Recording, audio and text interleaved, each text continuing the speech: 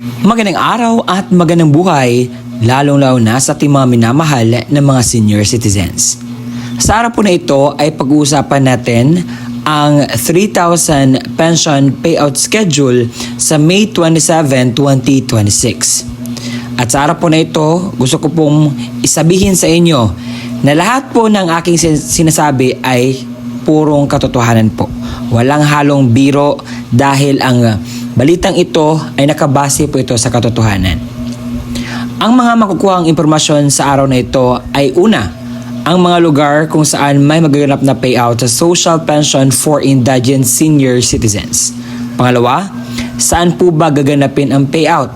Pangatlo, ano ang oras ng inyong payout? Panglima, pangapat, ano ba ang mga requirements sa pagkuha ng payout or pension na ito? At panglima, mga dagdag kaalaman.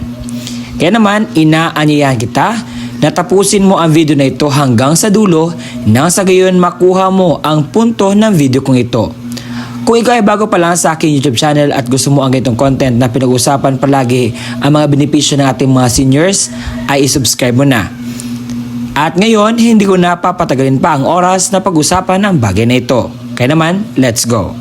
Unahin natin ang probinsya ng Guimaras sa munisipalidad ng Buena Vista dahil meron po magaganap na payout sa May 27, 2026 at ito po ang mga lugar na magwi-payout. Sa Barangay Montipliher na may 83 pensioners, Barangay Daragan na may 138 pensioners. Ang inyong pong payout ay magaganap sa Barangay Daragan Covered Court. Simula po ang inyong payout sa alas 7:30 hanggang 8:40 ng umaga.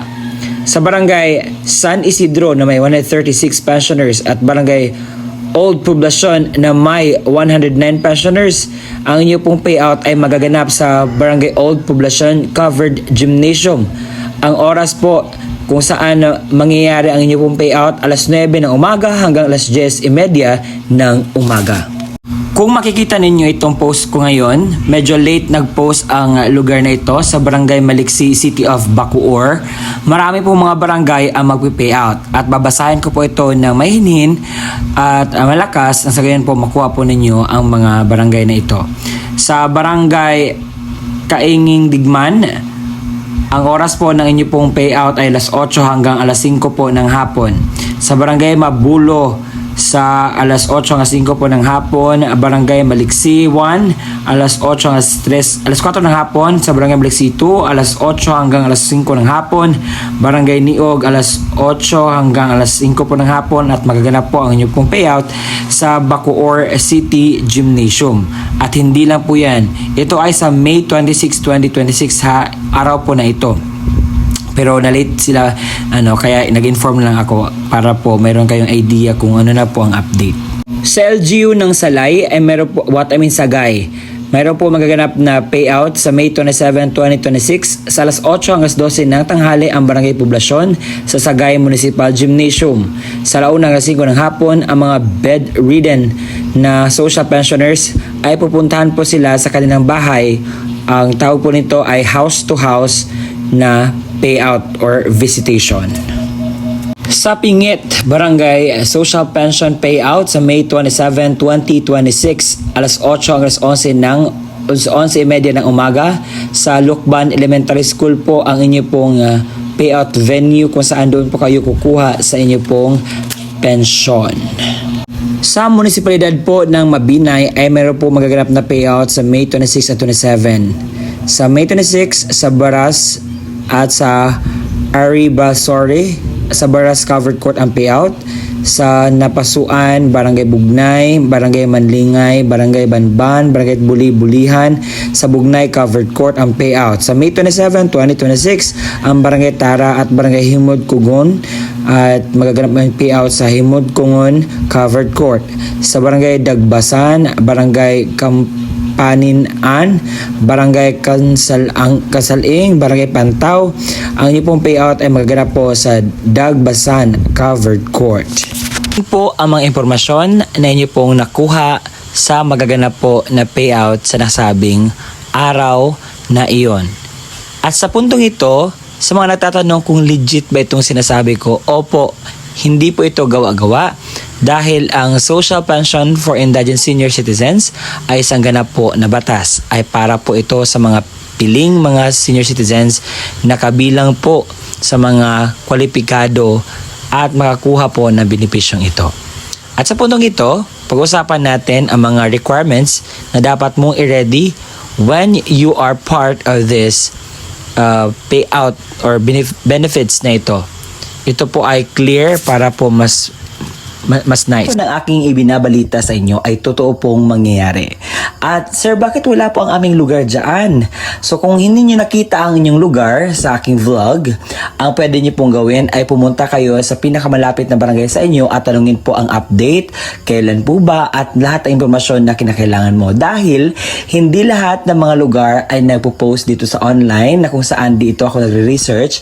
Ang nakikita ko lang po yung mga barangay mismo na nagpo-post dito at binavlog ko nang sa gayon po maging aware po kayo. So kung may mga barangay man kayo na hindi masyadong nag-post online, so pwede nyo pong puntahan dyan nang sa gayon ay maging updated po kayo. Okay? So magtatanong kayo, sir, ano ba ang mga requirements na dapat namin i-ready para po sa payout? So na ilista ko na, nasabi ko na kanina lahat ng mga detalye. Kung may katanungan ka pa, you can just ask the question. O ito na ang kumpletong detalye ng mga requirements na dapat mong i-ready para po sa inyo pong payout na makuha. CSWDO at OSCA na mayroong original na pirma na MSWDO, OSCA, Senior Citizens at Authorized Representative. Isang malinaw na photocopy ng government-issued ID gaya ng SSS, updated PhilHealth ID, Barangay ID, UMID, Voters ID, updated voter certification, updated police clearance ng authorized representative at lagyan na 3 original na pirma o thumb mark katulad ng ipapakitang ID. Paalala, siguraduhin pareho ang lagda, thumb mark ng senior citizen, beneficiaryo at authorized representative base sa kopya ng government-issued ID na presenta. Kumpletuhin ang mga hinihinging lagda, thumb mark sa authorized letter, iwasang magusot at huwag bilutin ang mga dokumento. Kung namatay na ang beneficiaryo, isang malinaw na Xerox ng ID ng pensioners, warranty letter na nagmula sa MSWDO, CSWDO o OSCA na may pirma ng MSWDO, Xerox ng death certificate ng beneficiaryo na mayroong serial number, isang malinaw na photocopy ng government-issued ID gaya ng SSS, updated PhilHealth ID, updated Barangay ID, UMID Voters ID, updated voter certification, at updated police clearance ng authorized representative at lagyan na 3 original na pirma o thumb mark katulad ng pinapakitang ID.